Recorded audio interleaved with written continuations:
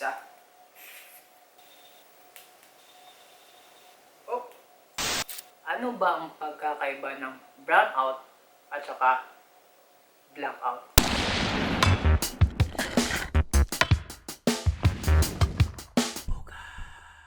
What's up mga kababayan? Mga kababayan ko! Ang gagawin natin ngayon ay gagawa tayo ng lampara gamit ang mantika na may asin. Natutunan ko ito sa mami ko nung kabataan ko. Para din sa mga batang 90s, alam ko pamilyar din ito sa inyo. Kasi simula noon pa talaga, usong-uso talaga yan sa Pilipinas ang brownout. Kaya kami noon kapag naubusan kami ng kandila at saka yung gaas sa gasera, ang ginagawa namin, gagawa kami nito. Palagi naman noon, available talaga yung mga kandila at saka yung gaas sa mga sari-sari store. Pero may time talaga pag yung mag-brownout na talaga, ang mga tao sabay-sabay ang bumibili ng mga kandila at saka gaas sa sari-sari store. Kaya mauubusan talaga. Kaya yung mami ko, ang ginagawa namin, gagawa kami ng lampara gamit ang mantika at saka asin. So, kayo ngayon, kung hindi nyo pa ito na-try, panoorin nyo ang gagawin ko. Ha? So, simple lang mga kagamitan nito. Siyempre, gagamit tayo ng asin. At saka, ito, cotton. May cotton tayo dito. Mantika. At saka, dito natin ilalagay. Ito. Pag mayroon kayong lalagyan na transparent or yung mga bote, mas maganda yun kasi mas magiging maliwanag yung lampara natin din. So, ito yung una natin gawin. Itong unahin natin itong cotton. So, sa amin ito, sa Bisaya ang tawag nito pabilo. Or di ko alam kasi sa ano kung sa Tagalog nito.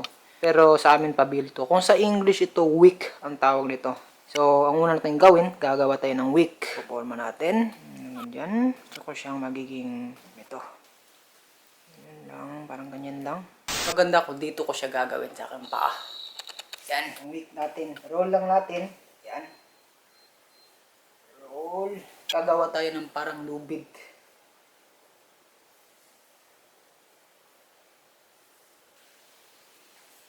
Yan.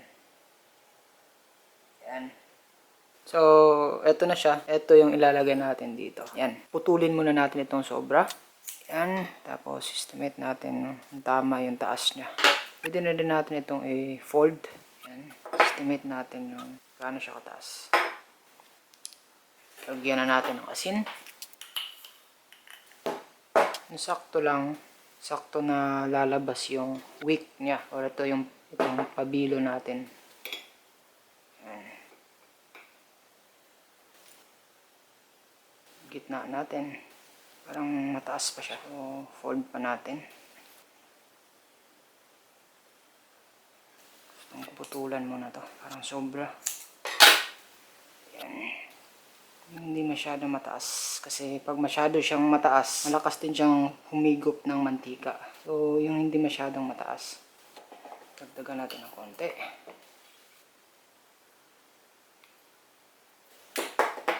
Sakto na yan. So, ganyan na siya. Next naman natin gawin ay lagyan natin ng mantika. Konti lang. Sakto lang yung ano niya. Dahan-dahan.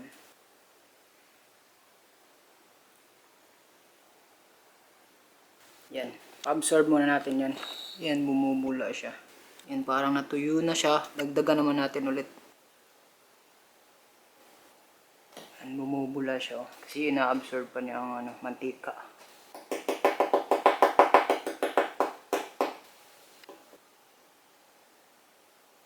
Dagdagan pa natin ng konti kasi nag-a-absorb pa siya. Ito, sakto na to. So may time din kapag ako ang gumagawa, ang ginagamit ko yung cotton buds na yun ang stick niya. Ito, cotton buds ito.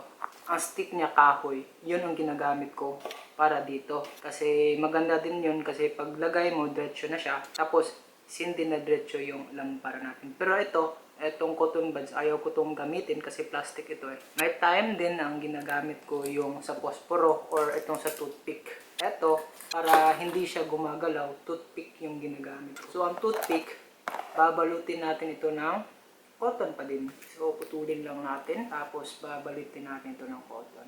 Balot lang hanggang sa maganda na yung pagkabalot niya. Ito. Maganda din kasi ito kasi diretso nalagay. Itutusok mo na lang sa asin.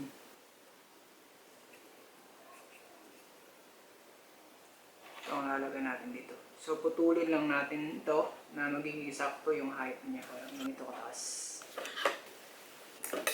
Ito na siya.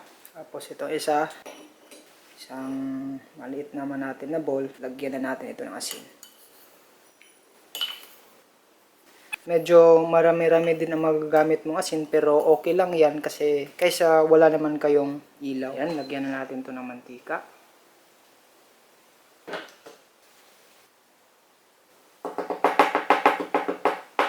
Bumubula siya. Ka-absorb.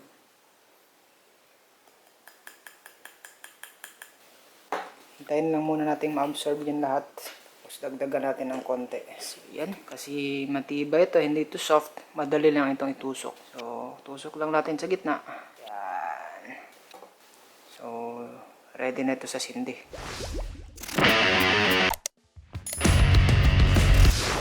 So, ayan na. Try na natin itong sindihan. So, ito yung pabilo natin na pinabalot natin yung toothpick ng cotton. So, ito naman din yung isa, yung ginagawa kong parang lubid ang cotton. Posporo natin. Yan. Sindihan na natin. Oops. Oh, ito yung may toothpick. Yan. Aray. Ay, init. Yan. Yung isa. Oh.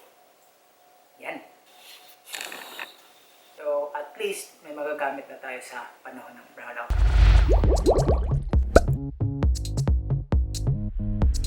Ang tanong, ano ba ang pagkakaiba ng brownout at saka blackout? So, check natin dito sa cellphone ko. Ano ba yun? Kalang, napatay yung isa. Parang, hubog yung babilo. Kasan natin ng konti. Yan.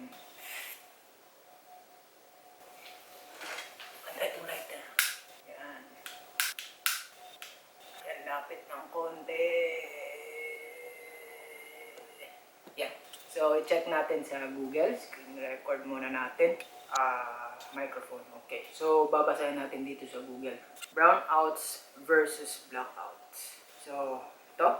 The biggest distinction between brownouts and blackouts is that brownouts are partial outrage while blackouts are a complete shutdown of electricity. During brownout, the system capacity is reduced and the voltage is typically reduced by at least 10% to 25%. So, ganito yan. Kapag ang ating local electric cooperative na notice nila na mayroong sobrang gamit ng kuryente or usage ng kuryente, pinapahinaan nila yan ang supply ng kuryente or minsan naman pinapatay nila. Kasi kung na-notice natin sa Pilipinas, palaging mag-brownout dahil ang rason niyan, kulang ang supply ng ating kuryente.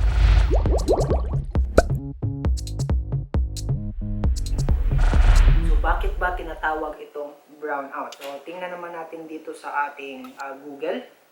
Yan. Check natin sa ating Google. So, ito. Dito. Ayan. Why is brownout called brownout? So, basahin natin. The term brownout comes from the dimming light of incandescent lighting when the voltage reduces. So, ano ba yung incandescent light? Kung makikita nyo ito dito, yan po ang incandescent light. So, yan po ang mga ginagamit ng mga tao natin noon or noon, ang mga ilaw po natin ay incandescent light. Pag ang supply ng kuryente sa incandescent light mahihina, hihina yung supply, ang magiging resulta niyan, hihina din yung light at ang magiging kulay ng bulb ay magiging brown. Kaya tinatawag nila yan noon na brownout kasi yung mga ilaw nila noon magiging kulay brown. So, yan po ang rason bakit brownout.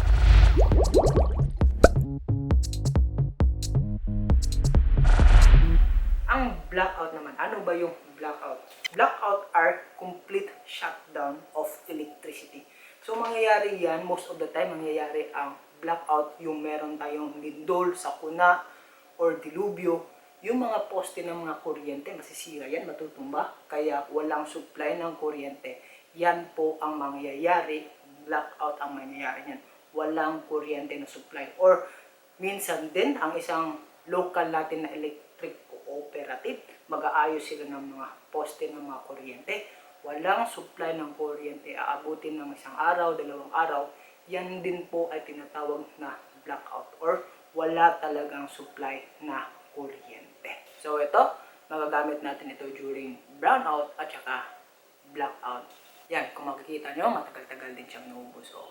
Yan. Oops!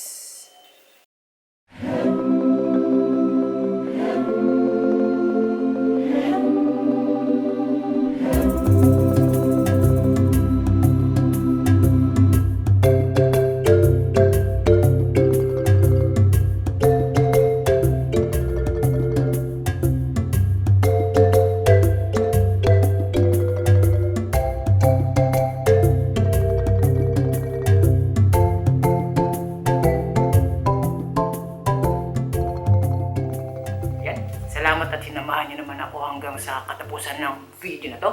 Kung nagustuhan mo ang video na to, paki-like na lang. Or kung hindi mo man nagustuhan, paki-dislike na lang din. Sakit naman. Yan, nakita mo yung mapulang subscribe button sa baba. Paki-pitik na lang din.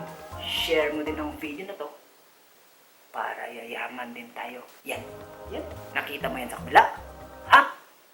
See you!